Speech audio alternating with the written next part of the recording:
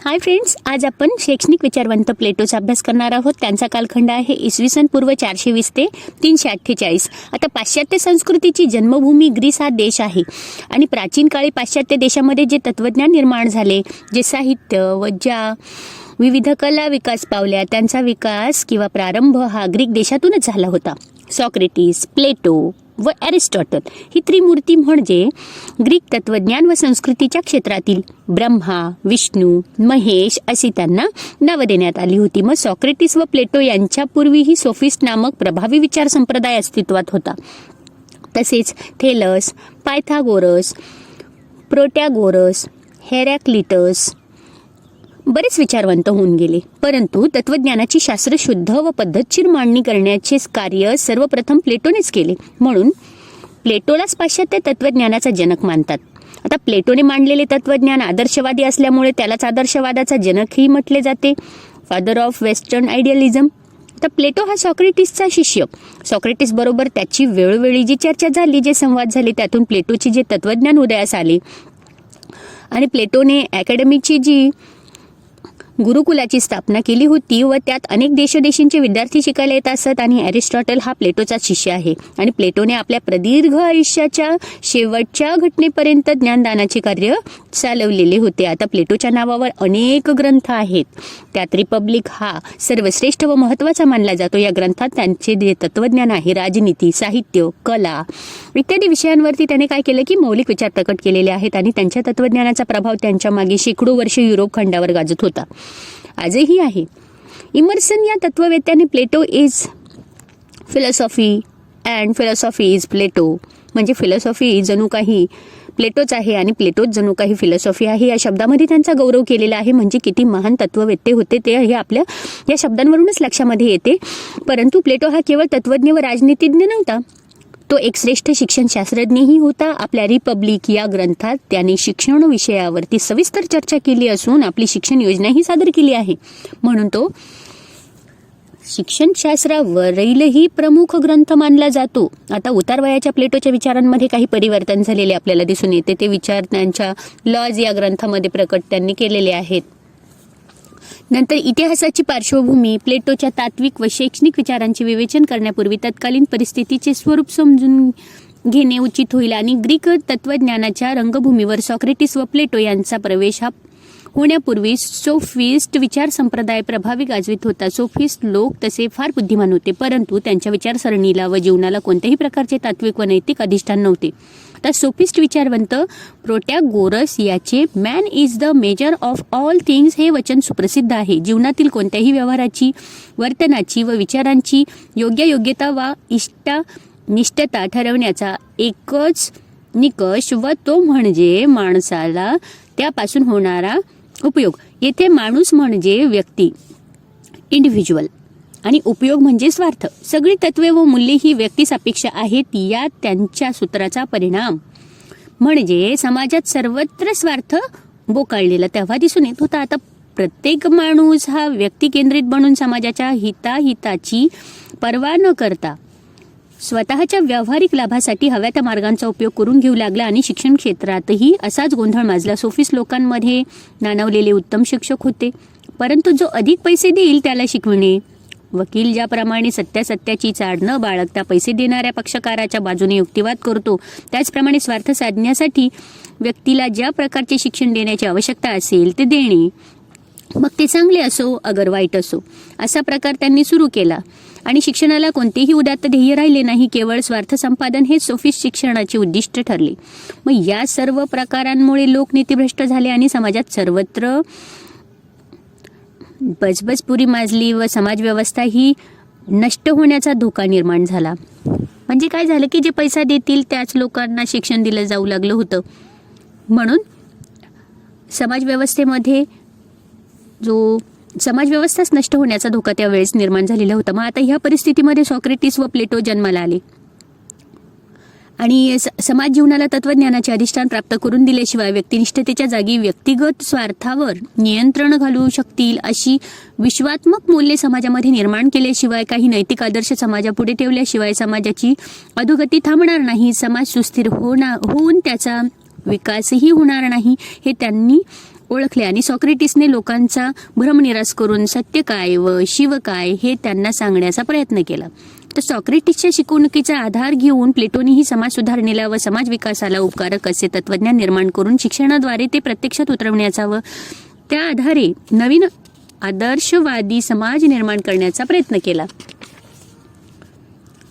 प्रथम आपण प्लेटोच्या तत्वज्ञानाचे स्वरूप बघूया की प्लेटोचे तत्वज्ञान काय होते. आता प्लेटोच्या तत्वज्ञानाची प्रमुख 3 अंगे आहेत. आता एक म्हणजे सत्यासंबंधी किंवा विश्वासंबंधी त्यांची कल्पना, मग 2 मानवी मनांचे वर्गीकरण व 3 ज्ञानासंबंधी त्यांची कल्पना, असे प्रत्येकाचे स्वरूप आपण बघूया. की आता सत्यासंबंधी कल्पना काय होती त्यांची, की प्लेटोने 2 जगांची कल्पना आपल्यासमोर मांडली आहे व एक म्हणजे वस्तुस्वरूप जग, त्याला वर्ल्ड ऑफ थिंग्स म्हणतात, व दुसरे कल्पनारूप जग जे वर्ल्ड ऑफ आयडियाज. वस्तुरूप जगाचे अस्तित्व हे इंद्रिय अनुभवावर किंवा इंद्रियजन्य ज्ञानावर आधारलेले आहे, परंतु वस्तू या सत्य नव्हेत. वस्तूंचे नाम रूपात्मक अस्तित्व हे इंद्रियाच्या अनुभवाला येत असले तरी ते त्यांचे सत्य स्वरूप नव्हे. मूर्त वस्तूंच्या मागे त्या वस्तूंसंबंधी मनात जी कल्पना असते ते तिचे सत्य स्वरूप. वस्तू ही नाशवंत आहे परंतु कल्पनाही अमर आहे. वस्तू ही नाशवंत आहे परंतु कल्पनाही अमर आहे, कारण वस्तूचे मूर्त स्वरूप एखाद्या विशिष्ट वस्तूशी निगडीत झालेले असते, तर कल्पना ही विशिष्ट वस्तूपुरतीच मर्यादित नसून ती सर्व वस्तूंना व्यापून उरते. आता उदाहरण घेऊया आपण की सुंदर वस्तू व सौंदर्य. मग आता कल्पना प्रथमतापासूनच जन्मतःच माणसाच्या मनामध्ये असतात, त्या मूर्त स्वरूप मागाहून धारण करतात.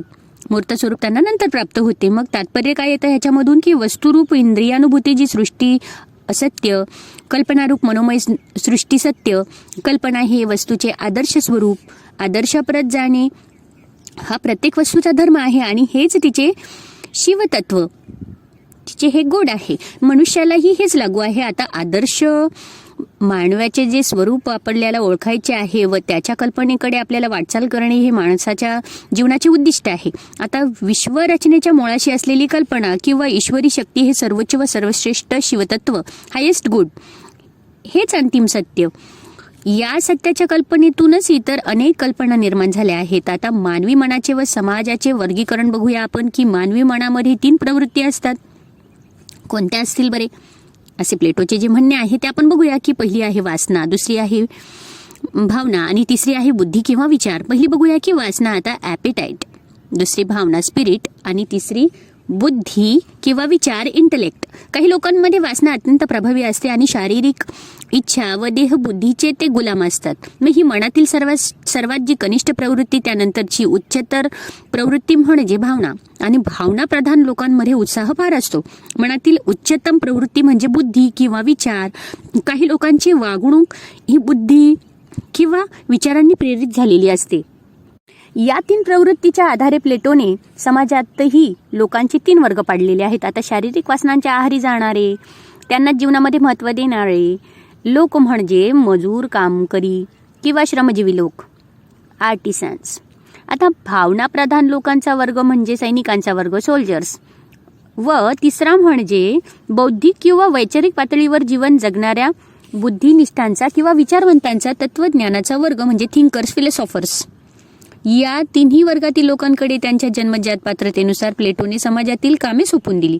श्रमजीवी लोकांचे कार्य म्हणजे उत्पादन करणे, भावनाप्रधान व उत्साही लोकांनी समाजाचे संरक्षण करणे व विचारवंतांनी, बुद्धिवंतांनी व तत्वज्ञांनी समाजाची सर्व नियामक सूत्रे आपल्या हाती ठेवून समाजाला मार्गदर्शन करावे, समाजाचे शासन व नियंत्रण करावे.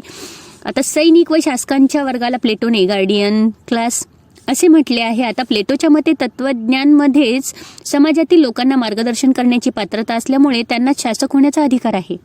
समाजातील लोकांमध्ये असणाऱ्या यामुळे पात्रता असल्यामुळे त्यांनाच शासक होण्याचा अधिकार आहे. समाजातील लोकांमध्ये असणाऱ्या या अंतर्गत पात्रतेमधील भिन्नतेचे रूपात्मक जे स्पष्टीकरण करताना प्लेटो म्हणतो, परमेश्वराने प्रत्येकाची निर्मिती वेगवेगळ्या स्वरूपात केली आहे.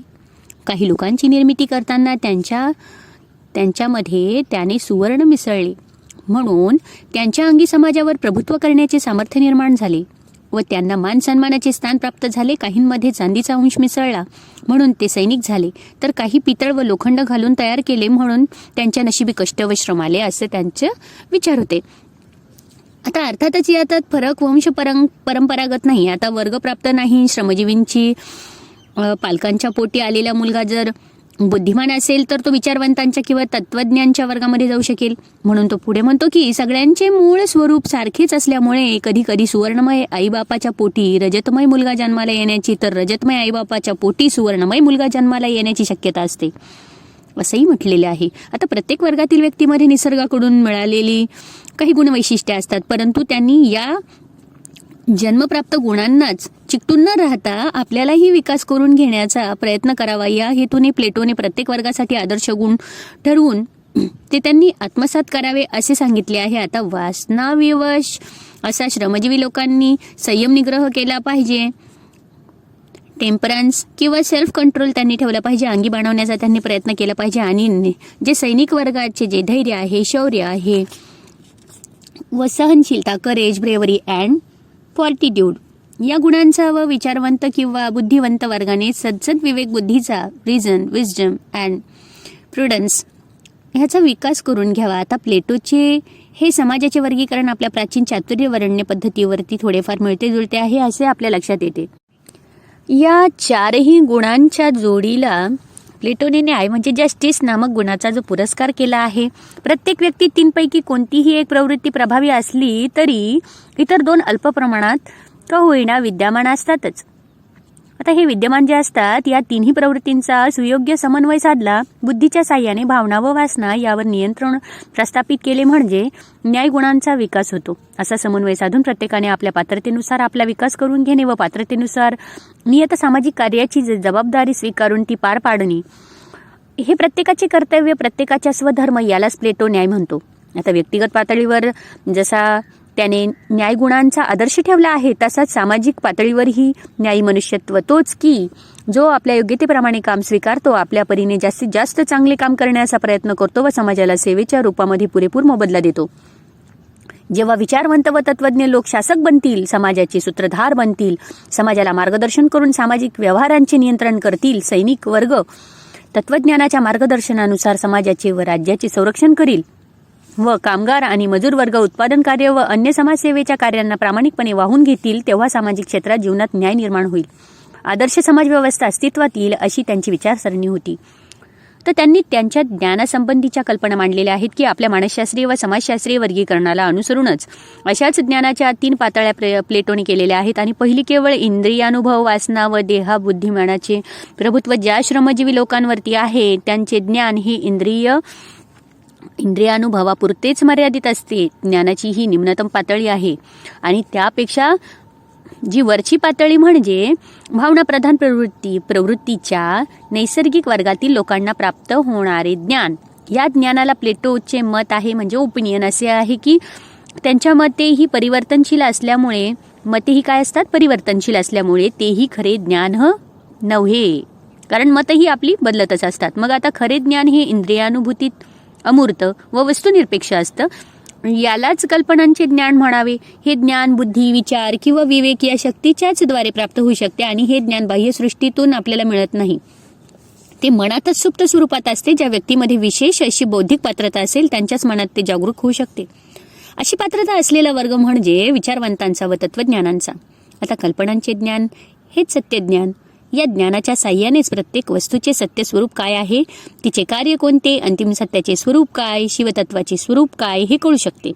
तर शाश्वत गुणवैशिष्ट्यांचे व पूर्णत्वाचे जे दर्शन होऊ शकते. आपली ही ज्ञानाची व ज्ञानप्राप्तीची कल्पना स्पष्ट करताना प्लेटोने वापरलेले जे गुहेचे रूपक म्हणजे ॲलेगरी ऑफ द केव हे फार प्रसिद्ध आहे. आणि ते असे की एक गुहा आहे, गुहेच्या आतल्या बाजूला पडद्यासारखी स्वच्छ पांढरी भिंत आहे. गुहेमध्ये काही लोक आहेत, त्यांचे तोंड भिंतीकडे आहे. त्यांना साखळदंडाने अशा प्रकारे जखडून ठेवले आहे की ज्यामुळे ते गुहेच्या तोंडाकडे, बाहेरील भागाकडे वळून पाहू शकत नाहीत. गुहेच्या तोंडातून एक प्रकाशाचा झोत येत आहे. गुहेच्या तोंडाजवळ लोकांच्या काही हालचाली चाललेल्या आहेत. त्यावर प्रकाशाचा झोत पडल्यामुळे त्यांची छाया आतील पांढऱ्या भिंतीवर पडत आहे. साखळदंडाने जखडलेले लोक केवळ त्या छाया किंवा प्रतिमाच फक्त पाहू शकतात व त्यांनाच सत्य समजतात. तर सामान्य माणसाला दृश्य जगाचे जे दर्शन होते, जे ज्ञान होते ते असे छायारूप भासमय म्हणून असत्य असते. गुहेतील काही लोक साखळदंडाच्या बंधनातून मुक्त होण्याची धडपड करतात आणि ज्यांच्या अंगी शक्ती असते ते मान वळून गुहेच्या तोंडाकडे पाहतात. जेव्हा त्यांना हालचाली करणाऱ्या माणसाचे दर्शन होते, आतापर्यंत दिसणाऱ्या त्यांच्या पडछाया या खोट्या होत्या याची जाणीव होते. आणि जगातही जे लोक अज्ञान, विकास, वासना, देहात्मक बुद्धी इत्यादी बंधनांपासून मुक्त होतात, ज्याच्या सतसत विवेक बुद्धीचा विकास होतो, त्यांना जगाच्या सत्य स्वरूपाचे दर्शन होते.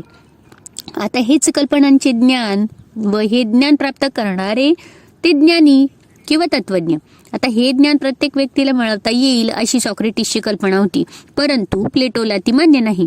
ही पात्रता जन्मजात असते. आता काही मोजक्या व्यक्तींनाच तिचा लाभ झालेला असतो व त्यांनाच हे ज्ञान प्राप्त होऊ शकते. ज्ञान हे शिकवून दिले जाऊ शकत नाही असे प्लेटोचे मत होते. आता व्हर्च्यू कॅन बी टॉट हे सॉक्रेटिसचे म्हणणे, तर व्हर्च्यू कॅनॉट बी टॉट हा प्लेटोचा दृष्टिकोन आहे. आता शिक्षण, अर्थ व ध्येय बघूया. त्यांच्या मते शिक्षण म्हणजे काय, शिक्षणाचा अर्थ काय, त्याची ध्येय काय. तर व्यक्तीत विद्यमान असलेल्या जन्मप्राप्त गुणांचा विकास करण्याचे सत्य ज्ञान प्राप्त करून देण्याचे आदर्श समाज व्यवस्था निर्माण करण्याचे महत्त्वाचे साधन म्हणजे शिक्षण. प्रत्येक व्यक्तीमधील प्रवृत्तीचा व पात्रतेचा शोध घेऊन त्यांचा परिपूर्ण विकास घडून आणणे, त्यानुसार तिला सामाजिक कार्याला लावणे, बुद्धिमान लोकांना ज्ञान देऊन समाजाला मार्गदर्शन करण्याची पात्रता त्यांच्यात निर्माण करणे ही शिक्षणाची जबाबदारी आहे. या दृष्टीने प्लेटो शिक्षणाकडे वळला आणि शिक्षणाचे महत्त्व त्याने प्लेटोला फार वाटत होते. The grandest and the most beautiful, the first and the fairest thing that the best man can ever have, अशा शब्दामध्ये त्याने शिक्षणाचा गौरव केला आहे. आणि शिवाय शिक्षण ही सर्वस्वी राज्य नियंत्रित असावे, तत्वज्ञ शासकाच्या हाती असावे असे प्लेटोचे मत होते. आता प्लेटोने दिलेल्या शिक्षणाच्या काही महत्त्वाच्या व्याख्या आपण बघूया की म्हणून त्याला अभिप्रेत असलेल्या शिक्षणाचा अर्थ हा चांगल्या प्रकारे आपल्याला स्पष्ट होऊ शकेल. आता शरीर व आत्मा यांना त्यांच्या जन्मजात योग्यतेनुसार पूर्णत्वाप्रत नेणे म्हणजे शिक्षण. आता मुलांच्या जन्मजात शक्तींना संस्कारित करून त्यांना अनुरूप असा सद्गुणांचा विकास म्हणजे शिक्षण. अयोग्य गोष्टींबद्दल तिरस्कार व योग्य गोष्टींबद्दल प्रेम निर्माण करणारे संस्कार म्हणजे शिक्षण. चांगले शिक्षण म्हणजे हे तुम्ही मला विचाराल तर त्याचे उत्तर अगदी सरळ आहे. चांगली माणसे जे निर्माण करतात व चांगल्या माणसांना उदात्त वागणुकीची जी प्रेरणा देते ते चांगले शिक्षण. आता वरील व्याख्यांवरून आपल्या काय लक्षात येतं की प्लेटोच्या मते शिक्षणाची जी ध्येय काय आहे त्याची कल्पना आपल्याला येऊ शकते. आणि तरीही या व्यतिरिक्त एका महत्त्वाच्या ध्येयाचा आपण एका आवर्जून उल्लेख करायला पाहिजे की नागरिकत्व निर्माण करणे म्हणजे आयडियल ऑफ सिटिझनशिप. आदर्श समाज व्यवस्था जर निर्माण करायची असेल किंवा आदर्श नागरिक निर्माण केला पाहिजे, आदर्श नागरिक तोच की आपल्या योग्यतेप्रमाणे शिक्षण घेईल व त्यानुसारच समाजसेवेची जबाबदारी पार पाडील आणि न्यायगुणांचा विकास व पालन करील. आपल्या अंतर्गत योग्यतेनुसार प्राप्त झालेल्या वर्गासाठी नियत केलेली कर्तव्ये तो पार पाडील आणि सोफिस्ट विचारसरणीत फोपावलेल्या ज्या आत्यंतिक व्यक्तिवादाला हा आळा घालू शकेल आणि आळा घालून तो सामाजिक हिताला प्राधान्य देईल असे विचार हे प्लेटोचे होते. त्यांनी हा विचार मांडलेला होता आणि शिक्षणामध्ये आदर्श नागरिकत्वाचे जे ध्येय समोर ठेवून त्यांनी वैयक्तिक ध्येय, सामाजिक ध्येय यांचा समन्वय साधण्याचा प्रयत्न त्याच्यामध्ये केलेला आहे. आता पुढच्या आहेत शिक्षण योजना. प्लेटो केवळ शिक्षणाचे महत्त्व व शिक्षणाच्या व्याख्या विशद करून थांबला नाही, तर शिक्षणाची उद्दिष्टे साध्य करण्यासाठी त्यांनी शिक्षणाची योजनाही सविस्तरपणे दिली आहे. आणि ती आता आपण बघूया की ही योजना वयोपरत्वे त्यांनी सादर केलेली आहे. त्यामध्ये अवस्था दिलेल्या आहेत. ती आहे पहिली अवस्थेमध्ये दिलेलं आहे वय 0 ते 7 या वयात मुलांच्या शिक्षणाची जबाबदारी पालकांची. खेळाच्या द्वारा मुलांचे शरीर व मन सुदृढ करणे व त्यांच्या भावी आयुष्यातील विकासाची पायाभरणी करणे हे शिक्षणाचे उद्दिष्ट. आता अर्थात या अवस्थेतील शिक्षण अतिशय महत्त्वाचे आहे असे प्लेटो म्हणतो. खेळाच्या माध्यमातून मुलांवर प्रेमाचा वर्षाव करणे व त्यांचा सर्वांगीण विकास घडून आणणे हे शिक्षणाचे उद्दिष्ट. आता त्यांनी दुसरी अवस्था सांगितली, त्याच्यामध्ये वय दिले की 7 ते 16 ते 17 या वयामध्ये लेखन, वाचन, गणित यांच्या अध्यापनापासून प्रारंभ व्हावा, परंतु त्यावर अधिक भर देऊ नये, त्यांची सक्तीही करू नये. त्यापेक्षा शारीरिक व मानसिक विकासाच्या दृष्टीने महत्त्वाचे विषय म्हणजे व्यायाम किंवा शारीरिक शिक्षण जिम्नॅस्टिक व संगीत म्युझिक हे 2 विषय मात्र सक्तीचे असावेत. व्यायामातून शरीराचा विकास होईल, या संगीतातून मनाचा किंवा आत्म्याचा विकास, त्यातही प्रारंभ मानसिक विकासापासूनच म्हणजे संगीतापासून करावा, कारण आत्म्याचा विकास हा अधिक महत्त्वाचा. दोन्ही विषयांचे अंतिम उद्दिष्ट एकच व ते म्हणजे मानसिक विकास. एकातून शारीरिक विकास तर दुसऱ्यातून मानसिक विकास असे विभाजन करण्याची गरज नाही. तो म्हणतो की व्यायाम व संगीत या दोन्ही सुकृतदर्शनी परस्पर विरोधी वाटणाऱ्या विषयांना अभ्यासक्रमामध्ये स्थान देण्याचे कारण त्यातून शरीर व मन यात सुसंवाद प्रस्थापित करणे. या सुसंवादाचा परिणाम मनाच्या निरनिराळ्या प्रवृत्तींमध्ये सुसंवाद निर्माण करण्यास, न्याय गुणांचा विकास करण्यास हा परिपोषक ठरतो, असे प्लेटोचे मत आहे. कारण त्यांच्या मते लय व सुसंवाद हे दोन्ही तत्वे कसे थेट मनुष्याच्या आत्म्याला जाऊन स्पर्श करतात व त्याला डौल किंवा सौंदर्य प्राप्त करून देतात, असे ते म्हणतात. आता प्लेटोला अभिप्रेत असलेला संगीत या शब्दाचा अर्थ फार व्यापक होता. आता गीते, कथा साहित्य व नृत्य या तिन्ही विषयांचा, कलांचा अंतर्भाव त्याने संगीतात केलेला आहे. आणि नृत्यामुळे शरीराच्या निरनिराळ्या अवयवांना व्यायाम तर मिळतोच, परंतु शरीरामध्ये ज्या शारीरिक हालचाली, प्रमाणबद्धता आहे, चपलता आहे, आकर्षकता व सौंदर्य निर्माण होते. आणि कथा व गीते कशी असावीत यासंबंधीही त्यांनी सविस्तर विचार मांडलेले आहेत. आता मुलांना शिकवण्यात येणारे वाङ्मय हे नैतिक मूल्यांचा पुरस्कार करणारे, देवता, धर्म, स्वर्ग व थोर पुरुष यांच्याबद्दल त्यांच्या मनामध्ये आदरभाव निर्माण करणारे असावे, असे त्यांच्या आग्रहीपणाने त्यांनी बजावले होते. आणि देव किंवा दैव निष्ठुर आहे, अन्यायी आहे, जगात सज्जनांचा छळ होतो, त्यांना दुःखी भोगावी लागतात, अशा प्रकारचे जे चित्रण ज्यामध्ये आहे असे साहित्य मुलांना कदापि शिकू नये. कारण त्यामुळे सद्गुण, सज्जनता आणि नीतिमत्ता यावरही त्यांची श्रद्धा नष्ट होईल. आणि भावनात्मकता किंवा भावना विवशता साहित्य शिकवण्यालाही त्यांनी विरोध केलेला आहे. कारण त्यांच्या वाचनाने मुलांमध्ये विकारवासना उत्तेजन होईल आणि आत्मसंयमन या गुणांच्या विकासाला ते बाधक ठरेल. तसंच भय व करुण रसाचे चित्रण, थोर पुरुषांमधील दोष, दुर्बलता, वीर पुरुषांचे रडणे इत्यादींचे वर्णन करणारे वाङ्मय देखील कटाक्षाने टाळले पाहिजे, असे तो म्हणतो. कारण त्यामुळे काय होतं की या वीर पुरुषांच्या विषयींचा आदर कमी होईल आणि उत्कट दुर्बलता निर्माण होण्याची शक्यता अधिक राहील. म्हणून मुलांना शिकवण्यात येणाऱ्या साहित्याची निवड तज्ज्ञांकडून फार काटेकोरपणे व चिकित्सकपणे करण्यात यावी. त्या बाबतीत शिक्षकांना कोणत्याही प्रकारचे स्वातंत्र्य देऊ नये, असे प्लेटो म्हणतो. मग आता अवस्था तिसरी दिली त्यांनी परत की वय 16, 17 ते 20 पर्यंतचा वर्षातला जो कालखंड आहे त्यात मुलांना लष्करी शिक्षण देण्यात यावं, परंतु त्यात केवळ शारीरिक विकास व विविध युद्धकलांचे ज्ञान देण्यावरच भर नसावा, तर शौर्य, धैर्य, सहनशीलता या गुणांचा विकास होईल असा त्यात प्रयत्न व्हावा. आणि म्हणूनच प्लेटोने याही अवस्थेमध्ये लष्करी शिक्षणाला संगीत व साहित्याची जोड द्यावी असे म्हटलेले आहे. की मग अन्यथा व्यक्तींच्या अंगी केवळ पाशवी सामर्थ्य निर्माण होण्याची शक्यता अधिक आहे, ज्याच्या अंगी केवळ शारीरिक शक्तींचा संचार झालेला आहे. अशा व्यक्तीचा अधिक्षेप करून त्यांनी काय केलं की भलावण करताना तो म्हणतो की पशुतुल्य माणसे ही हिंसाचारी किंवा दुसऱ्या प्रकारचा व्यवहार त्यांना ठाऊकच नसतो.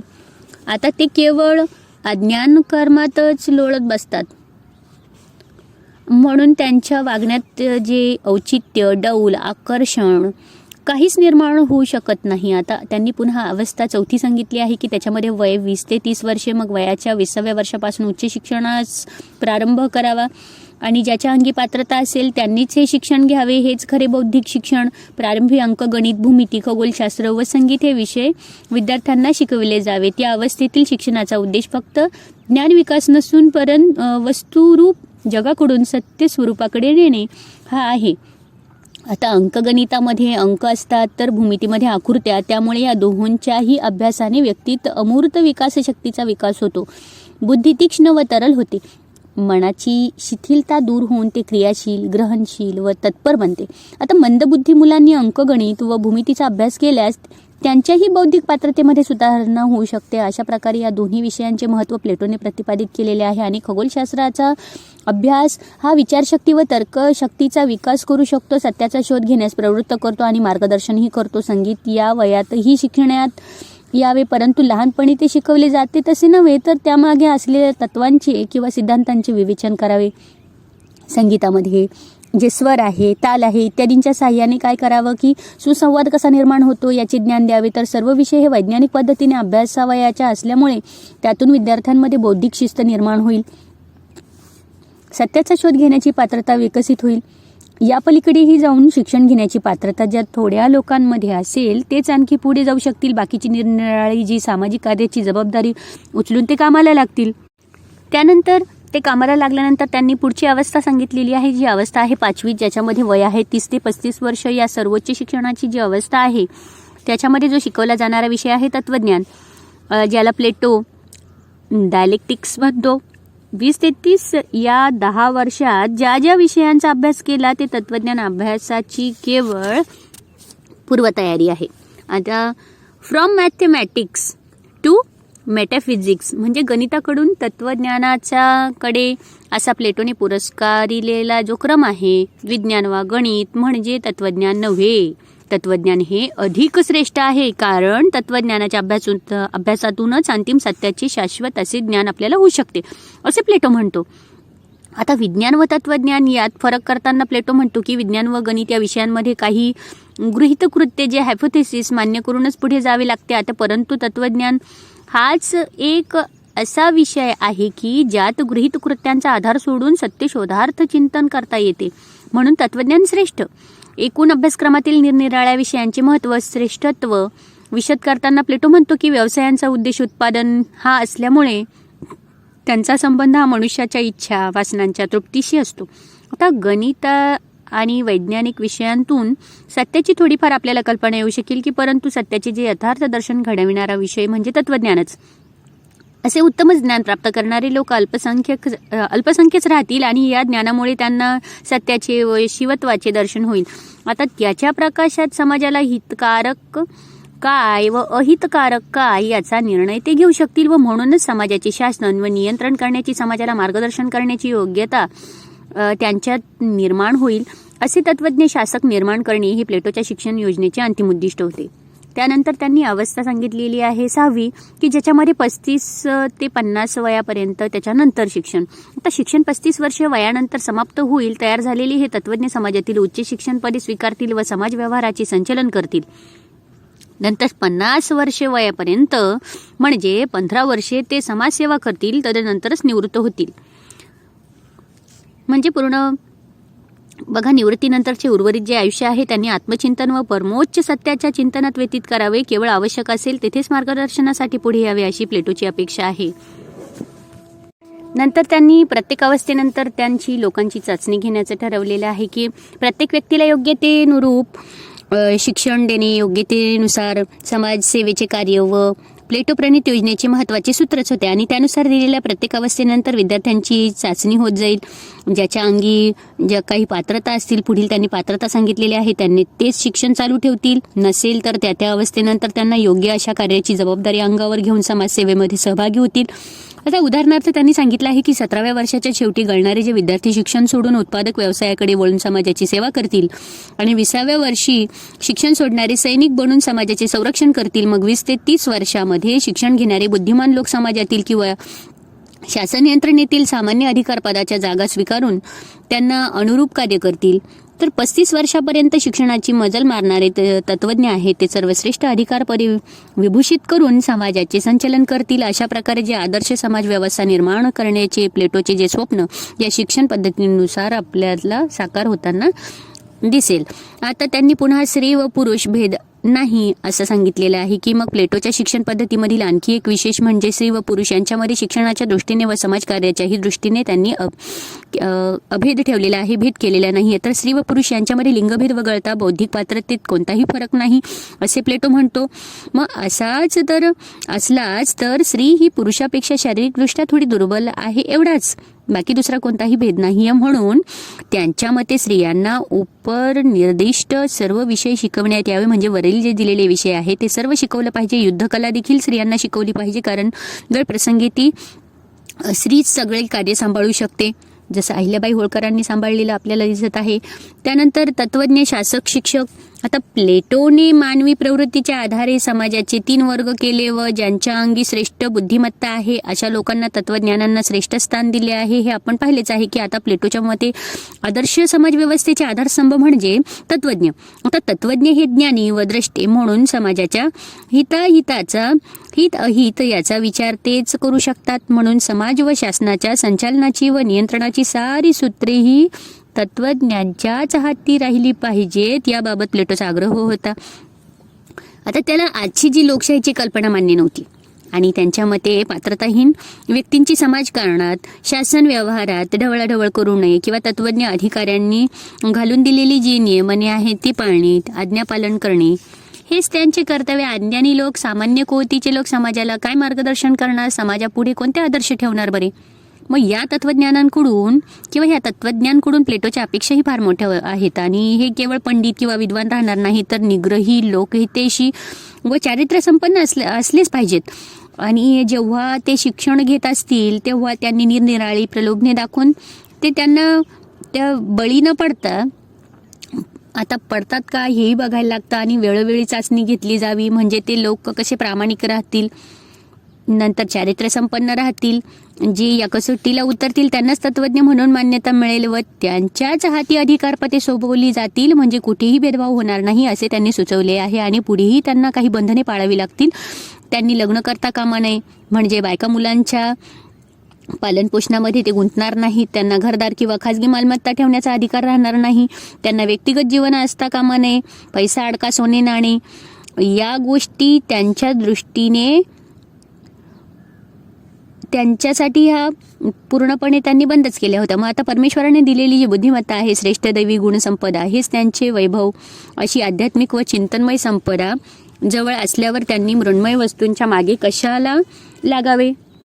त्यांनी केलेली सेवा व त्यांना मिळणारी जी प्रतिष्ठा हाच त्यांच्या कार्याचा मोबदला असेल. आणि सगळ्याच व्यक्तिगत जीवनापासून परान्मुख झालेल्या या व्यक्तींना वैयक्तिक स्वार्थामध्ये अडण्याची भीतीच नको. म्हणजे कुठेही ते वैयक्तिक स्वार्थामध्ये अडकणार नाही, ते अनासक्त राहतील.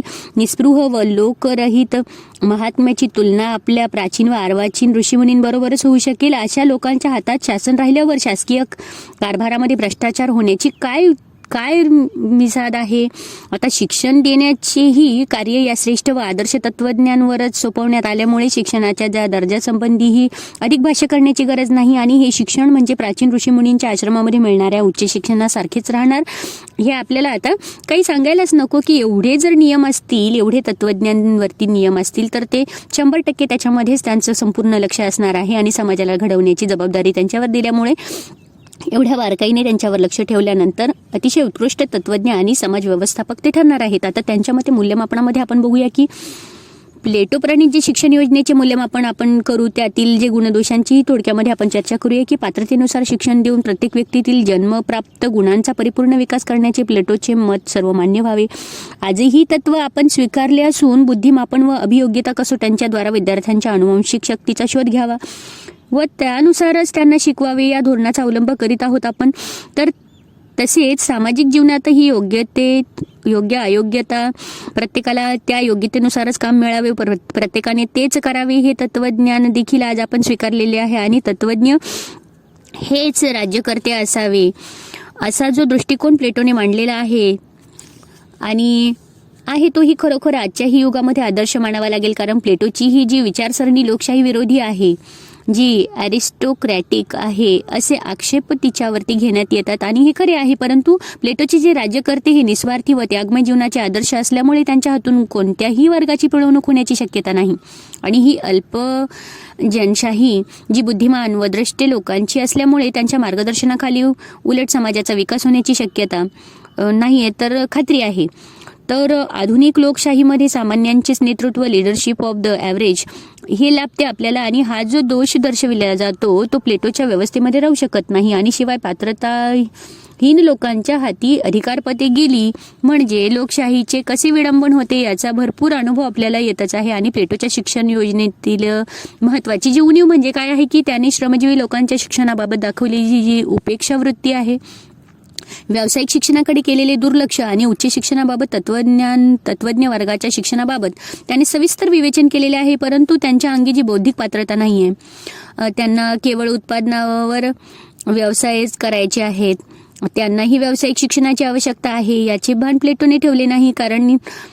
याला कारण काय आहे की तत्कालीन जो ग्रीक समाजामध्ये उत्पादक व्यवसाय व ते व्यवसाय करणारे लोक यांच्या संबंधी जी तुच्छतेची भावना होती तिचाच प्रभाव हा प्लेटोच्याही विचारांवर आपल्याला पडलेला दिसून येतोय. आणि एकूण अभ्यासक्रमामध्ये त्याने संगीत, गणित दोन्ही विषयांच्या बाबत अवास्तव अपेक्षा करून त्यांना वाजवीपेक्षा अधिक महत्त्व दिलेले आहे असे म्हणावे लागेल आपल्याला. आणि तत्वज्ञ हेच शिक्षणशास्त्रज्ञ व शिक्षक असावेत हा त्यांचा विचार आपल्या प्राचीन शिक्षण पद्धतीशी मिळता जुळता आहे.